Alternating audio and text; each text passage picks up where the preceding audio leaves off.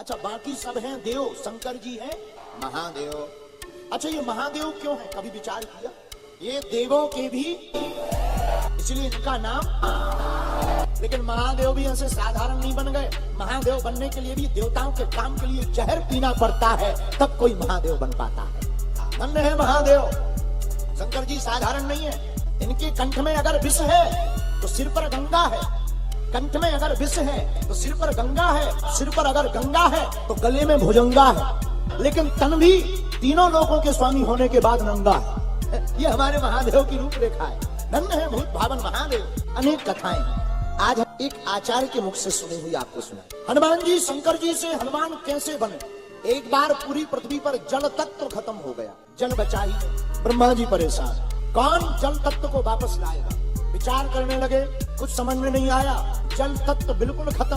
ब्रह्मा जी भगवान शंकर के पास गए, महाराज जल तत्व नहीं बचा, बड़ी आफत है। अच्छा ब्रह्मा जी बोले महाराज शरीर बनाए भी तो 5 तत्वों से मिलकर बनता, क्षिति जल पावक गगन समीरा, उसके लिए भी जल तत्व जरूरी है, वरना फैक्ट्री बंद हुई जा रही। फैक्ट्री कैसे चलेगी? शंकर जी बोले जल तत्व गया कहाँ? बोले महाराज पता ही नहीं, कोई पी गया। अच्छा शंकर जी बोले चिंता मत। भगवान भूत भावन महादेव ने अपने 11 रुद्रों को बुलाया, क्या तुम में से कोई जल तत्व वापस प्रकट कर सकता?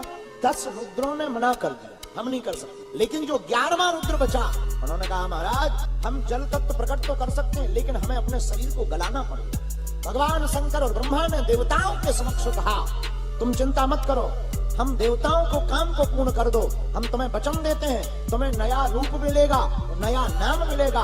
उसी 11वें रुद्र ने जब अपने आप को गलाया तो जल तत्व प्रकट हुआ। जब जल तत्व प्रकट हुआ तो वह 11वां रुद्र शून्य हो गया। लेकिन भगवान शंकर के आशीर्वाद से वही 11वां रुद्र पुनः बानर बनकर प्रकट हुआ, वही वीर हनुमान बनकर के प्रकट हो गए। हनुमान जी शंकर जी के ही अवतार। एक कारण ये, दूसरा कारण सुनो, हनुमान जी हरते हनुमान कैसे हुए? आतताई रावण के 10 सिर, भगवान शंकर को प्रसन्न करने के लिए 10 सिर चढ़ा दिए। भगवान शंकर के रुद्र 11, सिर 10। शंकर जी बोले पार्वती काम बन गया। पार्वती जी बोली क्या? बोले देखो रावण है हमारा चेला, लेकिन चेला ने एक गलती कर दी। क्या?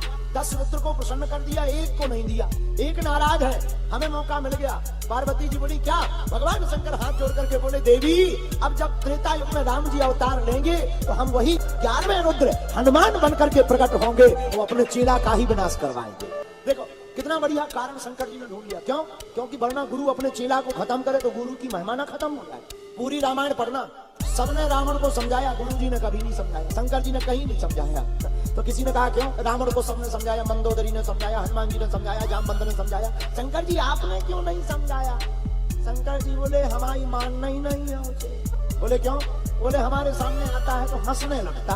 तो लोग बोले क्यों हंसने लगता? बोले हमारे सामने आते ही कहने लगता गुरुजी इधर देखो तुम्हारे तो 5 ही मुंह हैं, ते तो 10-10 हैं। जब चीला इतना बड़ा हो तो समझाए कौन? बोलो सीताराम। देवी हम तो बंदर बनेंगे।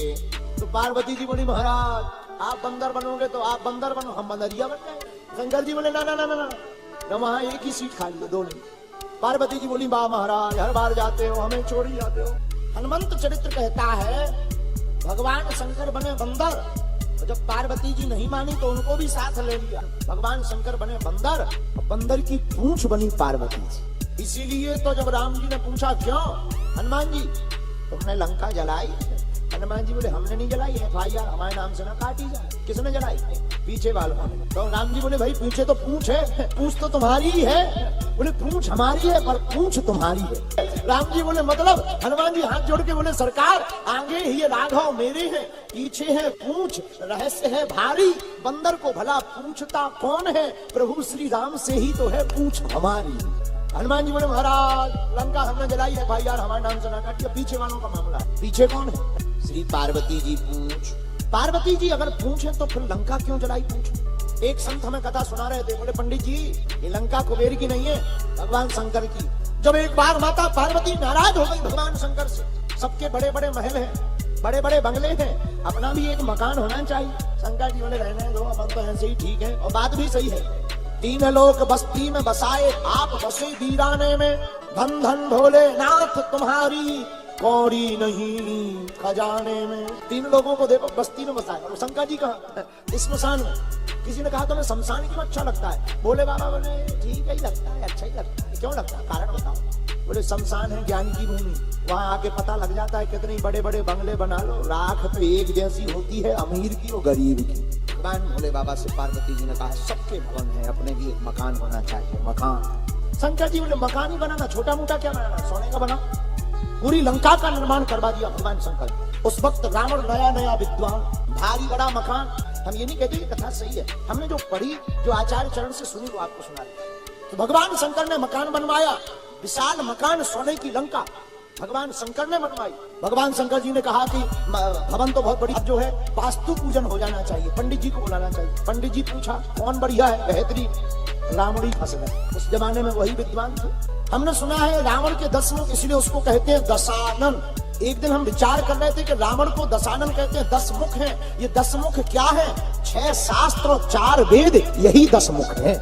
रावण इन्हीं का ज्ञाता था। तो रावण विद्वान रावण जब लंका में पूजन करने आया, वास्तु पूजन करने, तो जब पूजन हो गया, शंकर जी बोले दक्षिणा मांगो पंडित जी। रावण ने मन में सोचा छोटी मोटी दक्षिणा क्या लेना है, जिस मकान का पूजन किया ये लंका ही दे दो।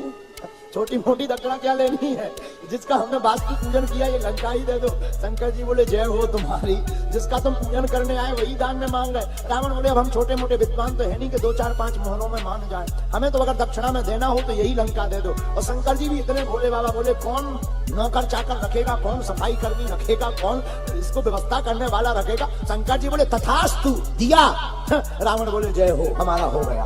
पार्वती जी का दिमाग खराब, हमने बनवाया अपने लिए, अच्छा पंडित जी बुलाए। जब रावण ने लंका को ले लिया, शंकर जी तो कुछ नहीं बोले, वो तो भोलेनाथ। पार्वती जी को गुस्सा आ गई, रावण तुमने हमारे अरमानों पर पानी फेर दिया, हम तुम्हें श्राप देते हैं, तुम्हारे अरमान पर हम पानी फेरेंगे। हम जब ये बानर बन करके भोले बाबा आएंगे, हम पूंछ बन करके आएंगे और अपने ही मकान में को हम आग लगा करके जलाएंगे। पंढरपुर में नदी है चंद्रभागा, पंढरपुर में जहाँ ठाकुर जी विराजमान, चंद्रभागा नदी में एक महात्मा स्नान कर रहे थे। स्नान करते समय देखा कि एक बिच्छू बहा जा रहा है नदी में। महात्मा ने सोचा इन्हें बचा लिया जाए, बिच्छू है पता नहीं कहाँ जाएगा, मर जाएगा, पानी ज्यादा है। महात्मा ने हाथ लगाया, बिच्छू को हाथ पर रखा, लेकिन बिच्छू जैसे ही हाथ पर आया तो उसने डंक चलाया और काट दिया महात्मा को, और फिर गिर गया। महात्मा ने फिर हाथ लगाया, बिच्छू ने फिर काट दिया। महात्मा ने फिर हाथ लगाया, बिच्छू ने फिर काट दिया। महाराज 40 बार महात्मा के हाथ को काटा, हाथ नीला पड़ गया। एक सज्जन किनारे खड़े थे, जोर से बोले ओ महात्मा, जो बार बार काट रहा है मरने दो इसको, बचाने से कोई मतलब नहीं, तुम बचाने का काम कर रहे हो, काट रहा है, मरने दो, जाने दो, तुम तो डुबकी लगा के बाहर आ जाओ, देखो तुम्हारा हाथ नीला पड़ गया। महात्मा ने बड़ी गजब की बात बोली, माई बाप, हाथ जोड़ के बोले भैया आप ठीक कह रहे हो, पर एक बात बोले, वो बिच्छू है, मानव नहीं है, लेकिन जब उसने अपना काटने का स्वभाव नहीं छोड़ा तो हम महात्मा होकर बचाने का स्वभाव कैसे छोड़ दें।